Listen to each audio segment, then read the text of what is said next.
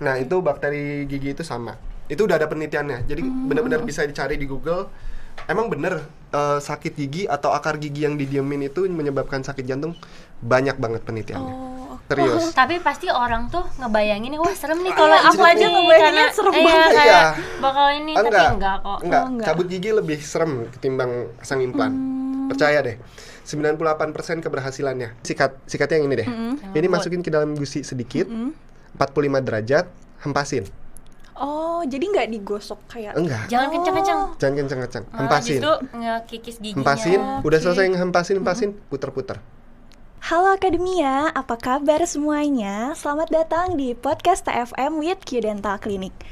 Hari ini kita bakalan ngebahas topik yang udah jadi perbincangan banget nih di berbagai kalangan, yaitu topik seputar kesehatan gigi dan mulut. Mulai dari apa aja sih macam-macam penyakit kesehatan gigi dan mulut, kemudian gimana sih tips and trick supaya kita terhindar dari penyakit tersebut. Terus di sini juga kita bakalan ada sharing-sharing soal gimana sih cara mengelola bahkan membangun klinik gigi sendiri. Oh iya, tentu aja di sini aku nggak sendiri. Aku bersama dua narasumber yang sangat berkompeten dan berpengalaman banget di bidangnya. Di sini kita perkenalan dulu kali ya. Boleh, Dok? Oke, hai semua. Perkenalkan, nama saya Dr. Gigi Arman. Saya spesialis prostodonsia. Saya menangani seputar gigi tiruan, veneer, dan implan. Nah, di sebelah saya ada istri saya. Halo, nama saya Dr. Gigi Ratu Vina, biasa dipanggilnya Dr. Gigi Vina. Saya dokter gigi umum. Oke, jadi Akademia udah pada kenal semua ya sama narasumber kita. Di sini ada Dr. Arman dan di sini ada Dr. Vina. Oke, sebelum kita masuk ke pertanyaan-pertanyaan seputar penyakit gigi dan mulut nih Dok, mungkin kita bisa sharing-sharing dulu nih ya. Sebagai ownernya langsung dari Q Dental Clinic, bisa diceritain dulu mungkin Q Dental Clinic tuh apa ya? Silakan Dr. Vina. Jadi awal berdirinya. Iya, boleh. Jadi Q Dental Clinic itu awal berdirinya itu sekitar tahun 2021, tanggal 3 Februari. Kemudian kalau misalnya untuk lokasinya bisa dikasih tahu nih biar Akademia mungkin bisa ke sana. Lokasinya di Jalan Mayor Safei, Lontar Baru. Ini kita gedung kedua. Jadi awalnya itu bukan di tempat ini. Awalnya itu di mana? Awalnya itu di mana? Pertigaan. Di lampu merah Pandean ya, apa sih pertigaan? Ya, yang merah depan Pandean. hotel Flamingo. Sekarang kita udah pindah. Banyak yang nanya juga dan beberapa kali juga salah alamat gara-gara di Google-nya masih yang itu. Nah, sekarang kita udah pindah ke gedung yang baru. Untuk cabang lainnya Dok, mungkin? Cabang kedua kami itu ada di Kota Bogor, di tempat lahir saya. Jadi itu saya bikin bersama dengan adik saya di Bogor. Nah, kita sebenarnya sekarang juga selain urusan dental klinik, kita develop juga dental laboratorium. Dental laboratorium itu buat apa sih sebenarnya? Jadi kalau teman-teman tahu yang namanya crown, veneer, mereka akan ngelempar dari klinik gigi ke pihak ketiga. Pihak ketiganya itu laboratorium. Nah, laboratorium itu sendiri yang kita develop untuk bisa nanti provide fixed denture. Fixed denture itu apa? Nanti selanjutnya kita ceritain. Oke, boleh. Terima kasih Dok. Jadi buat warga Serang nih sama warga Bogor ya Dok? Iya. Bisa banget nih, kalian bisa kepoin dulu soal Q Dental ini. Oke, kita langsung ke next question aja nih ya Dok. Boleh? Soal penyakit gigi dan mulut. Ini tuh penyakit yang kayaknya hampir semua orang itu tuh pernah ngalamin gitu. Pasti akademia semua juga pernah ngalamin, yaitu soal gigi berlubang. Bener. Boleh dijelasin nggak nih Dok, apa sih penyebab dari gigi berlubang? Oke.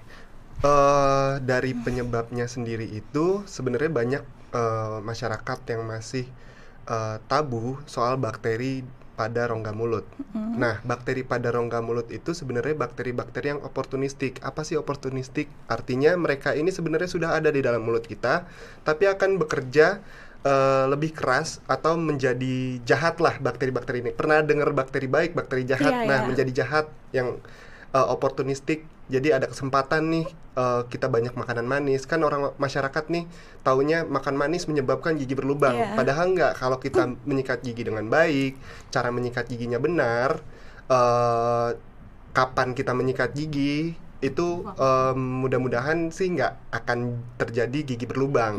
Nah, makanan manis yang kita nggak sikat gigi dengan baik itu dia akan dimakan kembali oleh bakteri yang menyebabkan gigi berlubang. Sebenarnya omset apa yang dikeluarkan oleh bakteri itu sendiri? Asam. Jadi asam itu akan menyebabkan gigi kita hancur. Gigi itu sebenarnya material terkeras dalam tubuh dibanding tulang. Jadi di dalam gigi itu ada enamel, dentin, pulpa. Enamel itu material terkeras. Dia akan hancur oleh asam. Bisa nggak sih kalau bakterinya nggak ada, sikat giginya udah bener, material enamel ini hancur? Bisa. Makan makanan asam. Contoh, kebanyakan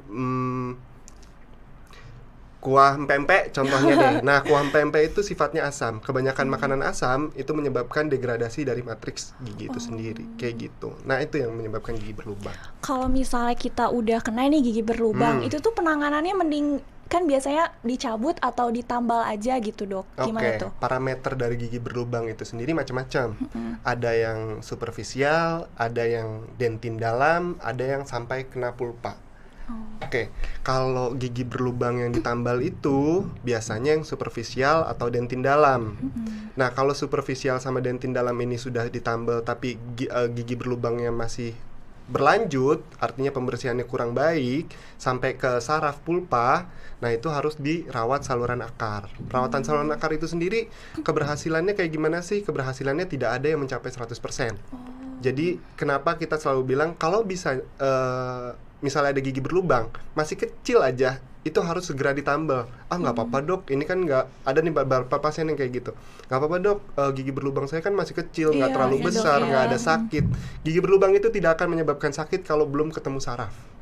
Artinya kalau teman-teman di sini yang merasa giginya bersih, terus nggak ada yang berlubang, itu belum tentu gigi yang belakang-belakangnya itu tidak berlubang, harus tetap dicek. Makanya kenapa ada pengecekan 6 bulan sekali ke dokter gigi untuk yang seperti itu. Jadi kalau misalnya gigi udah kena saraf, dok gigi saya tumbuh daging, ada yang pernah bilang kayak gitu, gigi saya tumbuh daging berlubang, itu masih bisa diselamatkan apa enggak?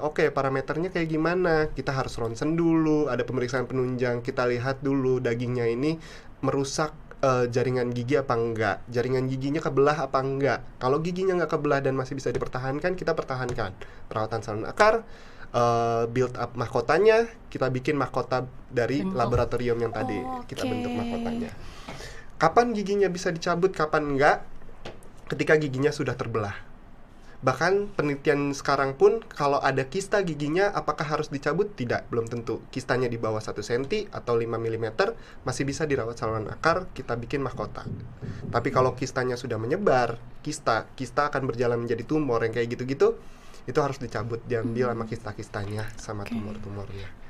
Berarti tetap harus konsul dulu ya, lebih tetap baik ya, jangan ditunda-tunda gitu ya. Jadi intinya sih mau ada keluhan atau enggak wajib cek ke dokter gigi 6 bulan sekali gitu. Malah kalau misalnya nunggu kayak nggak ada keluhan nih, nggak sakit, malah itu nanti jadinya justru makin mahal perawatannya gitu. Jadi sebaiknya jangan nunggu sakit dulu. Banyak juga yang kayak gini, pasien datang, dok dulu gigi saya pernah sakit tapi sekarang nggak sakit giginya, tapi pas kita lihat berlubang. Gigi yang nggak sakit dan berlubang itu bukan berarti infeksinya tidak progresif. Artinya infeksinya sudah menyebar ke kamar saraf, sarafnya sudah mati. Saraf yang sudah mati itu tidak akan menyebabkan rasa sakit. Nah, infeksinya progresif kemana? Ke tulang. Biasanya tulangnya bernanah. Ketahuan apa enggak? Bisa ketahuan, bisa enggak. Biasanya, dok gigi gusi saya ada jerawat. Nah itu udah mulai tuh, berarti bakterinya sudah makanin tulang-tulang di bawah gigi. Biasanya parameterku kayak gitu, dok gigi saya nggak sakit tapi kok goyang. Berarti ada infeksi jaringan periodontal, jaringan pendukung atau tulang-tulang di bawah giginya, kayak gitu. Itu akademia. Pokoknya jangan lupa buat cek gigi 6 bulan sekali ya, dok? Betul. Iya. Mau ada keluhan atau enggak? Iya, biasanya nih apalagi anak-anak seumuran aku gitu ya, kayak males banget gitu rasanya ke dokter gigi tuh. Pertanyaan selanjutnya ini tuh kasusnya banyak juga dikeluhin sama masyarakat. Itu tuh soal gigi bungsu yang katanya tumbuh miring. Bisa dijelasin nggak sih dok, itu tuh kenapa bisa terjadi sama mungkin tindakannya apa ya kalau misalnya udah terjadi? Oke. Mau aku? Ya. Ya. Oke. 80-90% manusia di dunia pasti impaksi. Kita nyebutnya impaksi. Apa sih impaksi? Impaksi adalah gigi yang tumbuh tidak pada posisinya atau berada pada dalam tulang. Nah, gigi impaksi harus dicabut apa enggak? Gini, sebenarnya ini ranahnya bedah mulut yang harus jawab. Tapi aku pernah nanya, gigi yang impaksi ketika tidak ada keluhan atau giginya ada di dalam tulang dan tidak menabrak, parameternya bagus, nggak prognosisnya bagus, tidak menabrak, ya nggak bikin makanan nyangkut, mending nggak usah dicabut. Okay. Tapi ketika dia udah nongol sedikit, dok lihatnya dari mana? Dari ronsen. Terus saya bisa lihat itu nongol sedikit, bagus dicabut apa enggak? Harus gimana? Harus ke dokter gigi tetap. Balik lagi ke dokter giginya. Ini harus dicabut apa enggak? Kalau saya melihat gigi yang harus dicabut itu seperti apa, ya seperti itu. Giginya tumbuh, nongol sedikit, nabrak gigi sampingnya, prognosisnya tidak baik, akan merusak gigi depannya, harus dicabut. Kapan dicabutnya? Mulai dari 16 tahun itu akan merasakan gigi tumbuh. Sampai kapan? Sampai 40 tahun, sampai 30 tahun itu akan terus merasakan manifestasi klinis yang giginya bisa sakit, bisa bengkak. Dok, nggak ada keluhan, tapi kok pas di ronsen dokter saya bilang ini ada kantung. Itu kista. Kita nyebutnya kista dentigerous. Artinya harus tetap dicabut. Kenapa kalau nggak dicabut apa masalahnya? Rahangnya yang dipotong. Kayak gitu. Aku bukan nakut-nakutin, tapi emang banyak kejadian kayak gitu. Mereka akan nggak ada keluhan, tapi pas di ronsen ada kantong, santai aja. Dia akan nyebabin kerusakan di dalam tulang, bukan ke gigi sebelahnya. Nah, itu yang kita khawatirkan dan harus dicabut. Kayak gitu. Berarti dari hal yang kita anggap sepele itu nanti kalau misalnya makin lama tuh ternyata bisa bikin fatal gitu ya. Bener. Kita juga. Dan banyak yang nyesal, kenapa gue dulu nggak dicabut ya, kayak gitu-gitu. Dan itu nyesalnya pas udah mau operasi, biasanya kayak gitu. Oke, itu akademia didengerin ya. Kita tetap harus ngejaga gigi gimana pun. Kalau misalnya ada keluhan sedikit bisa langsung ke dokter gigi kali ya. Kita lanjut ke pertanyaan selanjutnya. Ini tuh soal tren veneer gigi nih dok. Ini kan banyak banget ya kalangan artis, terus selebgram, bahkan masyarakat biasa nih yang udah tertarik gitu sama veneer gigi. Kalau misalnya dari sisi medis soal veneer gigi itu gimana ya? Oke, veneer gigi itu ada dua. Ada yang direct, ada yang indirect veneer. Nah, teman-teman harus hati-hati nih sebenarnya. Banyak banget di Instagram itu yang selalu bilang, oke, di sini bisa veneer, di sini bisa buat gigi jadi Hollywood smile segala macam. Itu bukan dokter gigi yang ngomong. Banyak banget kayak gitu. Banyak banget salon-salon gigi, terutama di Kota Serang ya, saya lihat. Itu akan menyesal pada waktunya dan datang ke saya itu giginya bau. Jaringan gusinya rusak. Saya buka, giginya sudah rusak. Ada banyak banget dan gak sedikit gigi yang gak bisa diselamatin. Masih muda, giginya goyang, harus dicabut, bau, abses, masalahnya macem-macem. Itu salon. Yang ngerjain siapa? Bukan dokter gigi. Banyak banget yang kayak gitu. Nah, kita balik lagi ke topik veneer gigi. Veneer gigi itu ada yang direct, ada yang indirect. Veneer direct itu yang biasa dikerjain di salon tanpa ilmu pengetahuan medis. Veneer direct itu sebenarnya boleh nggak sih dok dikerjain? Boleh, sama dokter gigi. Dokter gigi umum pun boleh mengerjakan veneer direct indirect. Asal treatmentnya benar. KIA atau instruksi ke pasiennya benar. Bagaimana cara membersihkannya? Apa yang harus dilakukan? Nah, veneer indirect. Veneer indirect di artis-artis itu banyak banget dilakukan. Nah, veneer indirect ini keperluannya apa? Banyak banget keperluannya. Misalnya secara psikologis dia tidak bagus menggunakan warna gigi sekarang, atau giginya selalu diledekin teman-teman. Pendekatan psikologis kita lakukan veneer indirect. Yang kedua, warna giginya ternyata turunan akibat tetrasiklin. Apa yang menyebabkan warna gigi itu berubah? Tetrasiklin. Jadi ibunya pas hamil itu mengkonsumsi antibiotik berupa tetrasiklin. Dia pas lahir dan dewasa giginya setengah warnanya agak keabu-abuan, agak kehitaman, setengahnya lagi kekuningan. Kayak gitu banyak banget kayak gitu. Nah, itu boleh di veneer indirect. Banyak lagi kasus-kasus kayak genetik. Ada beberapa kasus genetik. Nah, terus maloklusi ringan. Maloklusi itu tuh gigi berantakan yang depannya agak sedikit kanan, sedikit kiri. Oke, kita benerin pakai veneer, arah giginya bener apa enggak. Terus dok, gimana cara posisiin veneernya? Apakah semua veneer itu sama di setiap orang? Akan berbeda pastinya. Cewek cowok bentuk veneernya akan berbeda. Warna akan berbeda. Warna itu ada 3. Saturasi, kroma, sama hue. Itu akan diselaraskan oleh warna wajah, warna mata tuh sklera putih kita.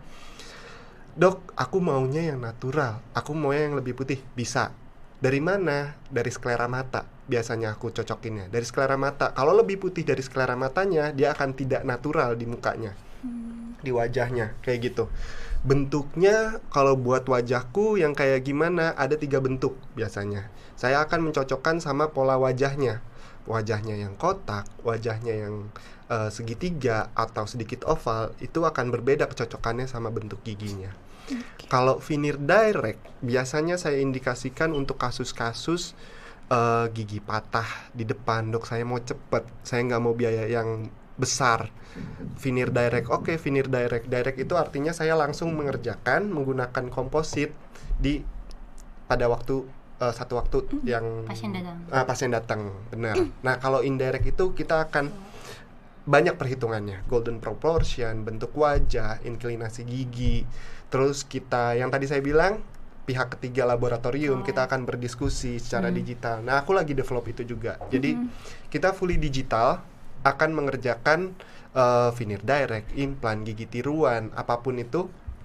Jadi semuanya dikerjakan secara digital dan di milling, kita nyebutnya, ada mesin khususnya, baru kita pasang gigi tiruannya ke veneer. Itu salah satu gigi tiruan. Oh, oke. Jadi nggak asal. Iya. Biasanya tuh kan kalau misalnya si gigi itu, misalnya kita dari salon gitu ya, terus misalnya mau ke dokter, mau lepas dan ngulang, itu tuh tetap gak apa-apa, dok? Nggak apa-apa, nggak akan diomelin. Kita pasti edukasi. Malah kita seneng. Oh, berarti nih orang ngerti. Jadi akhirnya sadar gitu. Banyak banget. Jadi harusnya tuh perginya ke dokter gigi, bukan ke salon. Gini, levelnya tuh ada kayak tukang gigi, salon gigi, baru nanti mereka akan menyesal ke dokter gigi. Kalau misalnya ada keluhan tuh, biasanya tuh keluhannya bau. Soalnya itu pasti bau busuk. Paling parah adalah kanker. Oh, bisa ke kanker juga? Bisa banget. Jadi kalau udah keluhannya parah ke kanker, itu datangnya baru ke kita agak susah karena multidisiplin. Artinya aku harus minta rujukan ke onkologi dulu, atau ke dokter tulang dulu. Manifestasinya metastasis dari si kankernya ini udah menyebar kemana-mana, kayak gitu-gitu. Penyebabnya gigi palsu. Banyak banget. Akar gigi ditinggal di dalam mulut, dipasangin aja biar saya ngomong nggak kelihatan ompong. Akar giginya ditumpuk. Akar gigi tuh kayak kamu punya sampah itu ada bertahun-tahun di dalam situ, didiemin aja akan ada belatung, ada penyakit dalam situ, udah, dan didieminnya di dalam mulut itu akan menyebar ke pembuluh darah, bahkan bakterinya itu akan sama dengan penyakit jantung, koroner. Nah, itu bakteri gigi itu sama. Itu udah ada penelitiannya. Jadi benar-benar bisa dicari di Google. Emang bener sakit gigi atau akar gigi yang didiemin itu menyebabkan sakit jantung. Banyak banget penelitiannya. Oke. Tadi udah terjawab banget pertanyaan-pertanyaan soal veneer, terus kemudian soal gigi berlubang, dan tadi sampai soal gusi juga ya, dok.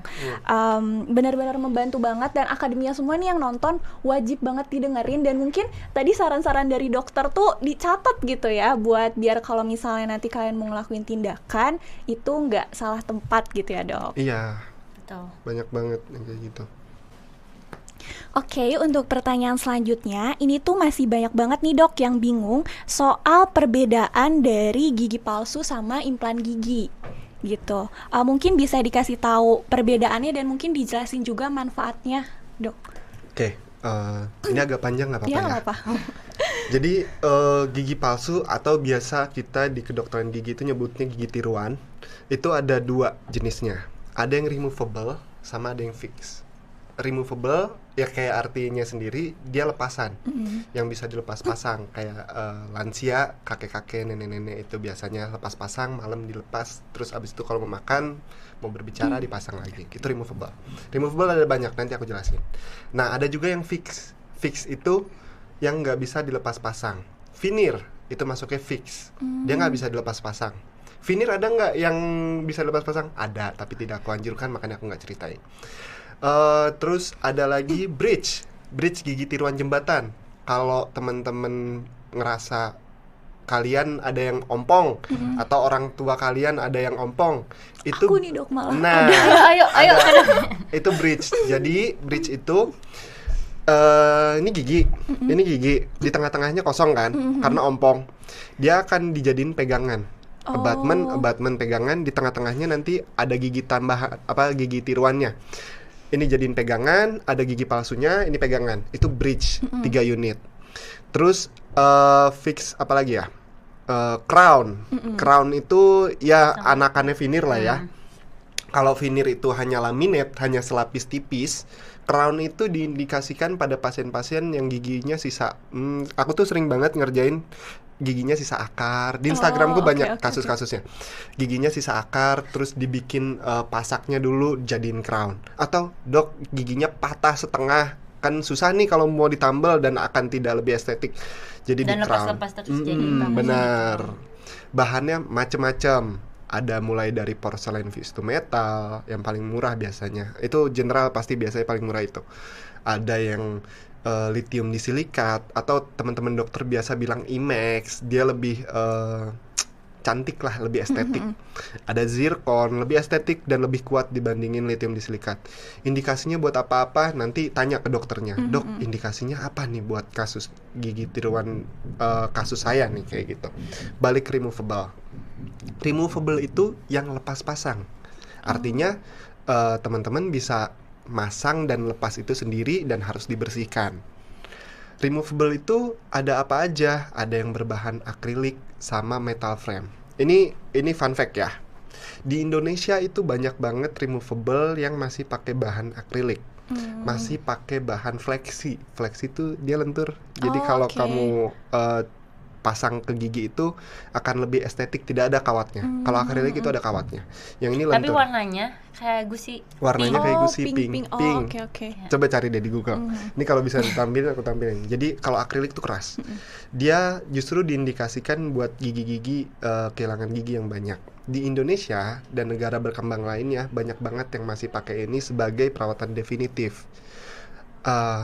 Apa sih perawatan definitif? Perawatan definitif itu perawatan akhir dari semua jenis perawatan. Padahal gigi tiruan berjenis akrilik ini bukan sebagai perawatan definitif, kecuali full denture. Full denture itu yang giginya udah hilang semua, ya. Nah itu definitifnya memang akrilik. Nah perawatan akrilik pakai gigi palsu yang lepas pasang ini biasanya transitional, immediate, interim. Dia pemakaian sementara yang nantinya akan digantikan definitif menjadi metal frame. Harusnya ada gambarnya nih. Metal frame itu tuh lebih tipis dan pasien akan lebih nyaman. Perawatan pakai gigi tiruan akrilik ini lebih tebal. Pasiennya akan merasa, dok saya ngomongnya jadi cadel. Dok saya ngerasain makanan nggak ada rasanya. Pasienku sering banget kayak gitu. Saya masak nih, saya harus nyicipin asin, rasa jahe, rasa ini nggak berasa karena ketutupan sama akrilik itu. Memang itu bukan perawatan yang didefinitifkan atau perawatan akhirnya bukan itu sebenarnya. Harusnya pakai metal frame kalau mau yang lepas pasang. Metal frame itu nanti akan diperhitungkan kembali. Berarti dari perawatan sebelumnya nih pakai akrilik ini udah oke ya Bu, estetiknya oke, gigitannya oke. Tinggi gigitannya oke. Nah itu kan banyak perhitungannya. Oke Pak, oke di berarti nggak sembarangan gitu. Nggak sembarangan. Jadi sesuai kenyamanan pasiennya juga. Iya. Jadi kalau teman-teman pernah belajar fisika, matematika, nah di kita itu ada perhitungannya. Gigi yang tersisa itu seperti apa, biomekanisnya kayak gimana, kedudukan giginya kayak gimana. Pernah belajar Levert? tuas tipe 1, tipe 2, tipe 3. Okay, Nah yang itu kita pelajarin di dalam rongga mulutnya. Kalau gua pasang ini di cengkram atau claps-nya di gigi yang mana, akan terjadi rotasi apa enggak, giginya jungkit enggak, lepas apa enggak. Kalau asal-asalan pasti lepas gigi tiruan. Karena kan pasti tujuannya itu mau pakai gigi palsu atau gigi tiruan itu biasa kan pasien buat biar makannya enak nih. Jadi kita mau ya si pasien tuh nyaman, enak buat makan. Jadi selain estetik, kenyamanan saat fungsional itu sangat harus diperhatikan. Kalau misalnya untuk yang gigi palsu yang full gitu dok, kalau misal biasanya kan rata-rata untuk orang yang berumur ya, kalau untuk yang full gitu.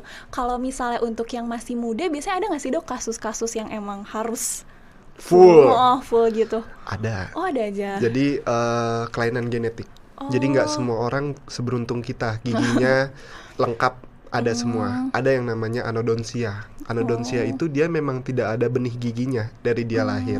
Itu keturunan dan itu pakai gigi tiruan yang full. Fix, balik lagi ke fix. Implan gitu ya? Enggak, fix itu ada yang implan juga. Nah, dia mau full tapi nggak yang lepas pasang, bisa. Bisa. Pakai implan. Jadi di pasangin implan kalau teman-teman masyarakat pasti taunya implan apa namanya, payudara yang gitu ya, yang kayak gitu. Ini implan enggak yang kayak gitu. Itu implan gigi, dia bahannya titanium atau zirconia. Sekarang ada yang baru tapi yang common itu pasti titanium. Dia akan biocompatible di dalam rongga mulut dan akan sebagai anchorage itu pegangan untuk gigi tiruannya. Dok, aku maunya yang nggak lepas pasang, estetik, yang keberhasilannya tinggi. Successful rate dari implan sendiri itu 98% berhasil. Apakah semua orang bisa pakai implan? Tidak semua orang. Pertama, biayanya yang cukup mahal. Kenapa aku bilang nggak bisa? Karena biaya mahal itu aku selalu kasih second opinion perawatan lain. Mau bridge itu second opinionnya dia lebih rendah, removable second opinionnya dia lebih murah lagi. Selain biayanya yang mahal, pasien-pasien yang perokok akan saya hindarin untuk perawatan implan. Boleh nggak? Boleh kalau mau gambling. Oke, kita gambling, kita tanam. Jadi ada tekniknya tuh 2 stage, 1 stage. Perokok ini nggak saya sarankan 1 stage, dia pasti 2 stage. Tancepin, tutup, tunggu 3 bulan. Kalau jadi tancepinnya ke tulang. Ke tulang. Jadi gusinya dibuka, ditancepin ke tulang, kecil kok.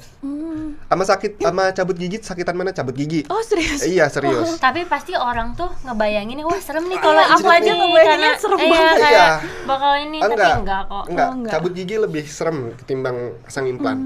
Percaya deh. 98% keberhasilannya. Perokok itu saya sarankan untuk tidak menggunakan implan, tapi ada juga yang maksa untuk tapi maunya diimplan ini. Oke, kita pasang 3 bulan sampai 6 bulan. Kalau kita nyebutnya ada namanya primary stability. Primary stability-nya nggak goyang pada kunjungan 3 bulan 6 bulan, kita lanjut ke pembuatan mahkotanya kayak gitu. Terus kalau misalnya implannya gagal, tulangnya lepas, ada tanam tulang di situ, terus kita second opinion yang tadi aku bilang, pakai bridge.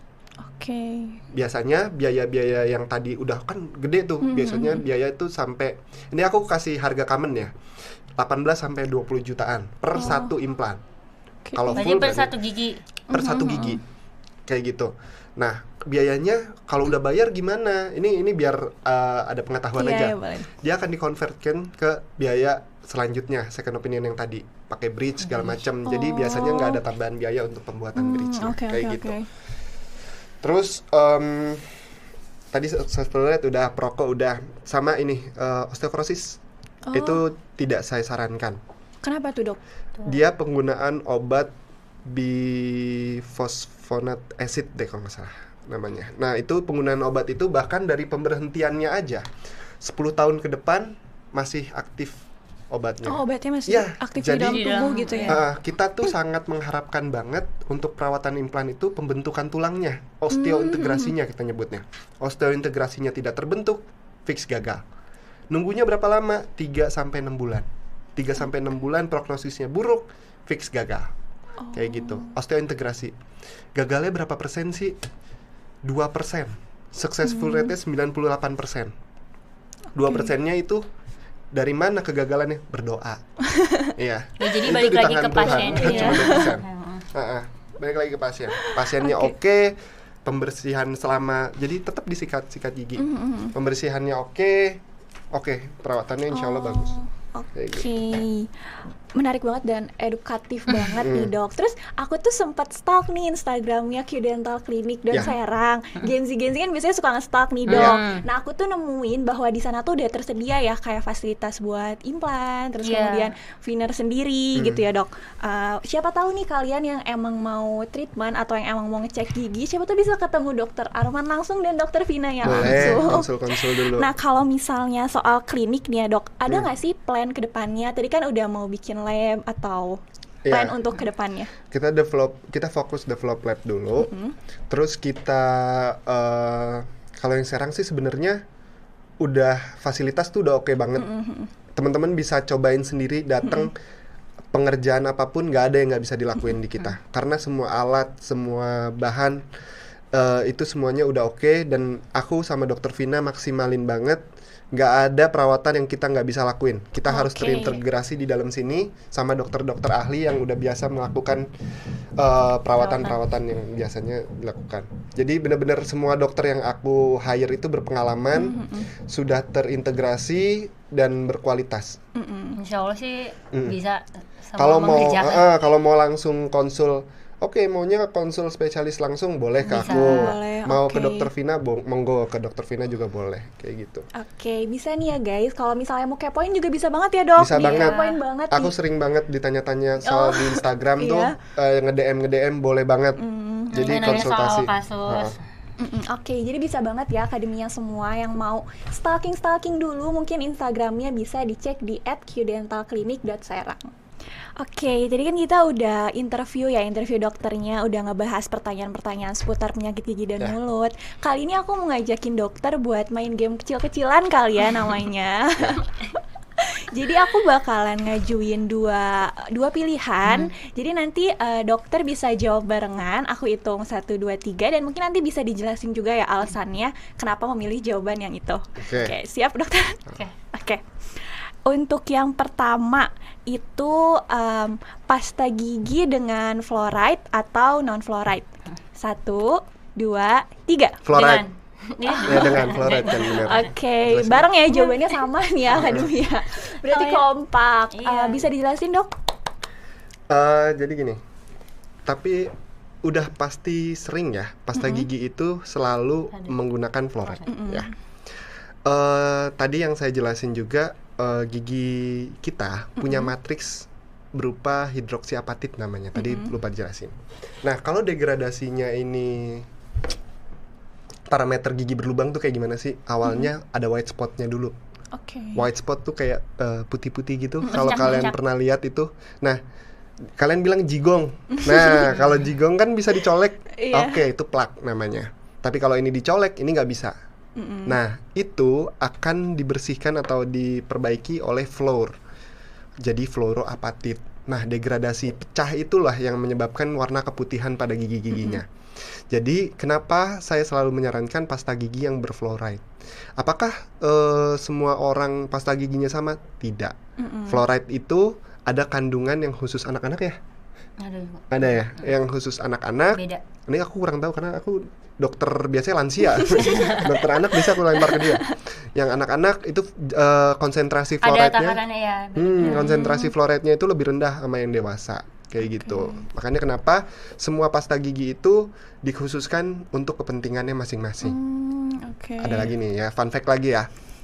Ada ukuran pasta giginya. Ukuran pasta giginya? Mas apa? Sikat giginya. Pasta giginya sebanyak apa? Ukurannya itu kan ada yang orang-orang tuh selalu kayak iya banyak gitu banyak banget. Aku juga sih. Karena dok pikirnya semakin banyak semakin sehat dok biasanya. Semakin enak padahal. Cukup segede biji jagung. Berarti kecil gitu ya? Segede biji jagung tuh segimana sih biji jagung? Kecil banget ya? Iya kecil banget. Cuman kecil sebiji jagung baru sikat gigi secara normal. Aku belum jelasin sih cara sikat gigi, nanti aja ya. Ada seksinya khusus. Bisa mungkin sekarang sekalian dijelasin nggak apa-apa dong. Jadi cara menyikat gigi itu minimal banget sehari 2 kali sehari. Pagi setelah sarapan, malam sebelum tidur. Oke. Ya, itu harus diingat, pagi setelah sarapan, malam sebelum Kenapa? tidur. Karena kalau Kenapa pagi dong? setelah sarapan itu jam waktu makan sarapan sama jam waktu makan siang itu kan lama. Jadi harus dari jam habis sarapan kita sikat gigi, kondisi mulut itu tidak asam. Baru lama kemudian ketemu jam makan siang yang nanti akan membuat kondisi asam. Terus kalau malam, kenapa sebelum tidur? Pas tidur itu kita air liur itu berkurang. Air liur itu ternyata baik untuk pembersihan gigi dan mulut kita. Ada nama istilahnya self cleansing. Kita tuh punya mode pertahanan diri sebagai self cleansing itu.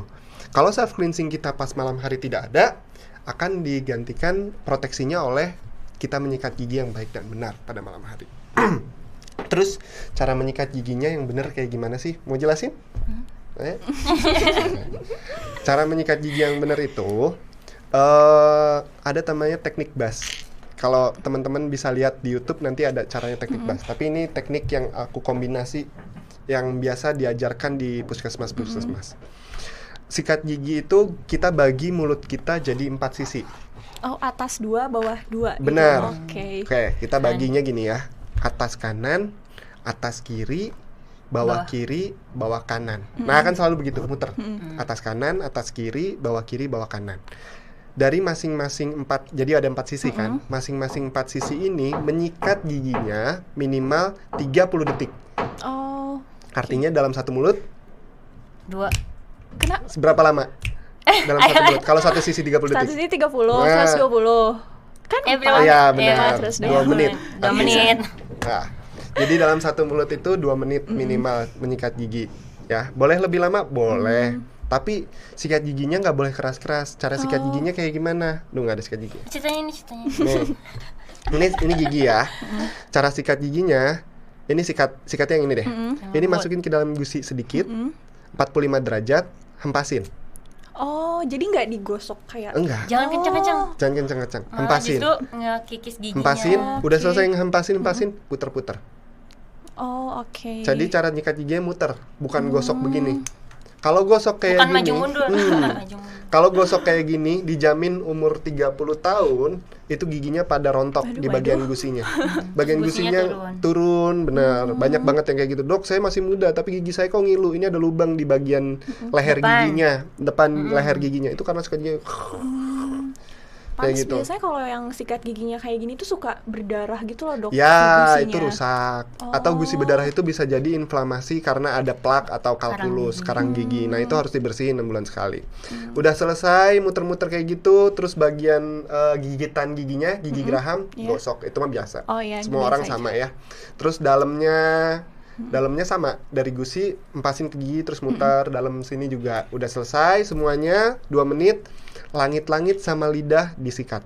Oh, berarti langit atas ya sama lidah juga disikat. Kenapa? Itu tempat manifestasi jamur dalam kuman. Okay. Jadi kalau gigi lidahnya putih-putih atau langit-langitnya putih-putih, rasanya kayak biasanya kebakar, biasanya pasien bilang ya itu jamur. Dia harus tetap disikat kayak gitu. Oke, wajib tuh ya akademia buat dipraktekin cara sikat giginya. Yang tadinya sikat giginya digosok-gosok kenceng tuh bisa banget dirubah ya buat pelan-pelan dan diputer ya, Dok. Iya. Oke, ke pertanyaan selanjutnya nih soal sikat gigi mungkin. Tadi kan dokter bilang yang bagus itu tuh sebelum tidur dan sebelum makan setelah sarapan. Kalau misalnya bisa milih nih, biasanya kan kita mager nih, Dok, rata-rata tuh. Kalau misalnya disuruh milih buat sikat gigi sebelum tidur atau setelah bangun tidur, itu lebih baik yang mana? Enggak boleh. Udah jawab. Boleh. Kita 1, 2, 3 dulu deh, Dok. Okay. 1, 2, 3. Nggak boleh. Oh, nggak boleh. Nggak boleh. Harus wajib sehari 2 kali. Kalau dibilang pasien nggak maunya tetap salah satu, salah satu ambil. Gue ngasal nih ya, malam deh ambil. Tapi harus ada konsekuensinya. Pasti giginya berlubang. Banyak pasien gitu. Oke, biasanya tuh kan kalau misalnya pagi itu kita kayak mungkin nanti aja sekalian mandi, itu gimana? Nggak apa-apa, Dok, kayak jam 9-an gitu. Tapi belum sarapan. Belum. Ya, yang tadi saya bilang kalau sarapan itu kan asam. Asam dalam mulut kita berarti akan terus-terusan ada di situ sampai jam makan siang. Yang saya ceritakan itu bagaimana secara ideal kita mencegah terjadinya lubang gigi. Kalau lubang gigi sudah terjadi, ya mangga datanglah ke dokter gigi. Kayak gitu. Karena kalau sudah lubang ya harus dirawat. Harus dirawat. Oke, yang terakhir kalian ya dok, disordered yang terakhir itu implan atau gigi palsu. Bareng ya dok? 1, 2, 3. Implan. Oke, boleh tuh dok dijelasin kenapa? Kenapa nih? Karena implan ya termasuk gigi palsu juga, ya. Kenapa? Yang pertama ya nggak ribet, nggak lepas pasang.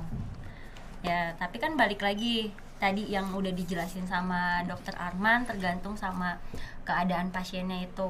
Kayak gitu sih. Benar. Implan itu tadi aku bilang successful rate-nya tinggi sekali.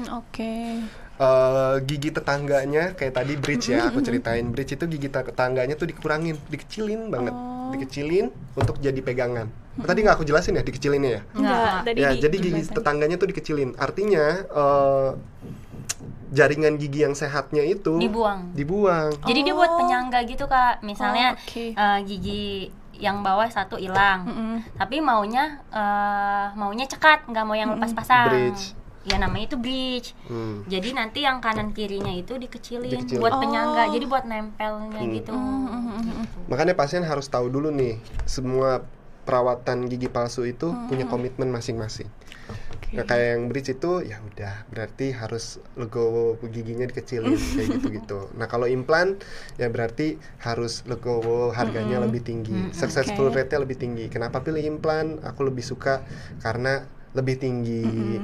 Terus minim keluhan kayak gitu-gitu. Nggak ribet. Oke, jadi Akademia terima kasih banget dok. Jadi kebingungan kita tuh di antara pilihan tadi itu terjawab ya Akademia. Tadi soal pasta gigi, soal implan, bahkan soal sikat gigi tuh nggak boleh ya dok ternyata kalau milih salah satu. Nggak boleh. Harus dua-duanya gitu loh. Boleh, tapi nanti sering datang ke kita. Lebih seneng ya kita ya. Banyak yang datang ke dokter gigi. Datang mah.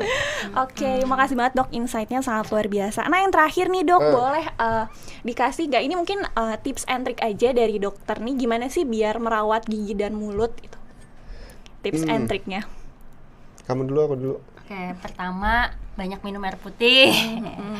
Yang kedua sikat gigi sehari 2 kali, pagi setelah sarapan dan malam sebelum tidur. Kalau lebih tuh sebenarnya boleh nggak sih dok? Kalau misalnya mau 3 kali gitu? Pagi, sore, malam. Ya nggak apa-apa sih. Oh nggak apa-apa. Daripada nggak sikat gigi atau sikat gigi sehari sekali. Terus untuk gigi yang berantakan, kan kalau misalnya giginya berantakan nih, sikat giginya susah nih, biasa pakai dental floss, benang gigi. Oke, iya. Udah itu terus sama kontrol ke dokter gigi 6 bulan sekali, 3 sampai 6 bulan sekali. Mungkin itu wajib sih. Dari aku sama. Sikat gigi sehari 2 kali, pagi setelah sarapan, malam sebelum tidur. Setelah sarapan 30 menit setelah makan baru boleh sikat gigi. Nggak boleh langsung. Nggak boleh langsung. Dia akan merusak jaringan giginya. Terus kontrol rutin 6 bulan sekali itu wajib. Mau ada keluhan, nggak ada keluhan itu wajib. Murah kok, nggak semahal itu kontrol ke dokter gigi. Mau cantik itu nggak semahal itu, karena harga kita sama harga salon sama tukang gigi kadang-kadang bersaing. Kadang-kadang lu kok milih tukang gigi sama salon ketimbang kita, padahal harganya sama. Nyeselnya ke kita karena mereka akan lepas tangan kayak hahaha bodo amat gitu udah dateng gitu, pasti percaya sama gue pasti begitu. Oke, terima kasih banyak nih Akademia semua. Jadi wajib banget ya dicatat buat tadi tips and triknya yang sikat gigi, kemudian wajib cek rutin ke dokter gigi gitu, wajib banget dicek dan mungkin dilakuin di rumah ya dok. Iya. Oke, terima kasih banyak nih sebelumnya buat Dokter Arman dan Dokter Vina atas edukasi dan tips and triknya tadi. Buat kalian, buat Akademia semua nih yang lagi nonton, jangan lupa banget buat cek gigi ya dok, karena sekarang tuh udah banyak banget tenaga medis dan dokter-dokter yang pastinya bakal ngebantu kalian buat nyelesain masalah soal gigi kalian.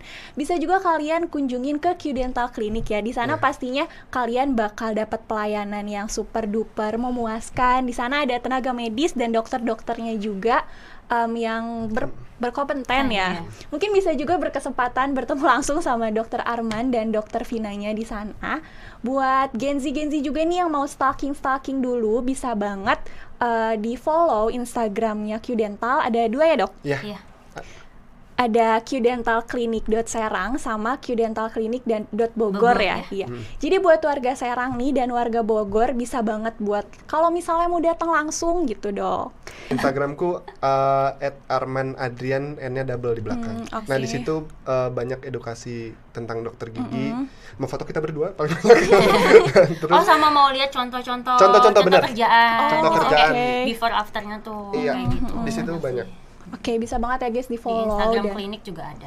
Bisa banget kalau misalnya mau nanya-nanya ke dokternya langsung mungkin boleh banget.